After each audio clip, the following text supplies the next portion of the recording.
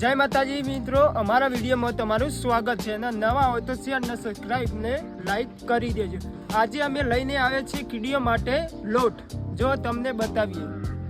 જો મિત્રો અમે લઈને આવી ગયા છે લોટ ને કીડીઓ માટે અમે નરગા પૂરવાનું ચાલુ કરી દઈએ।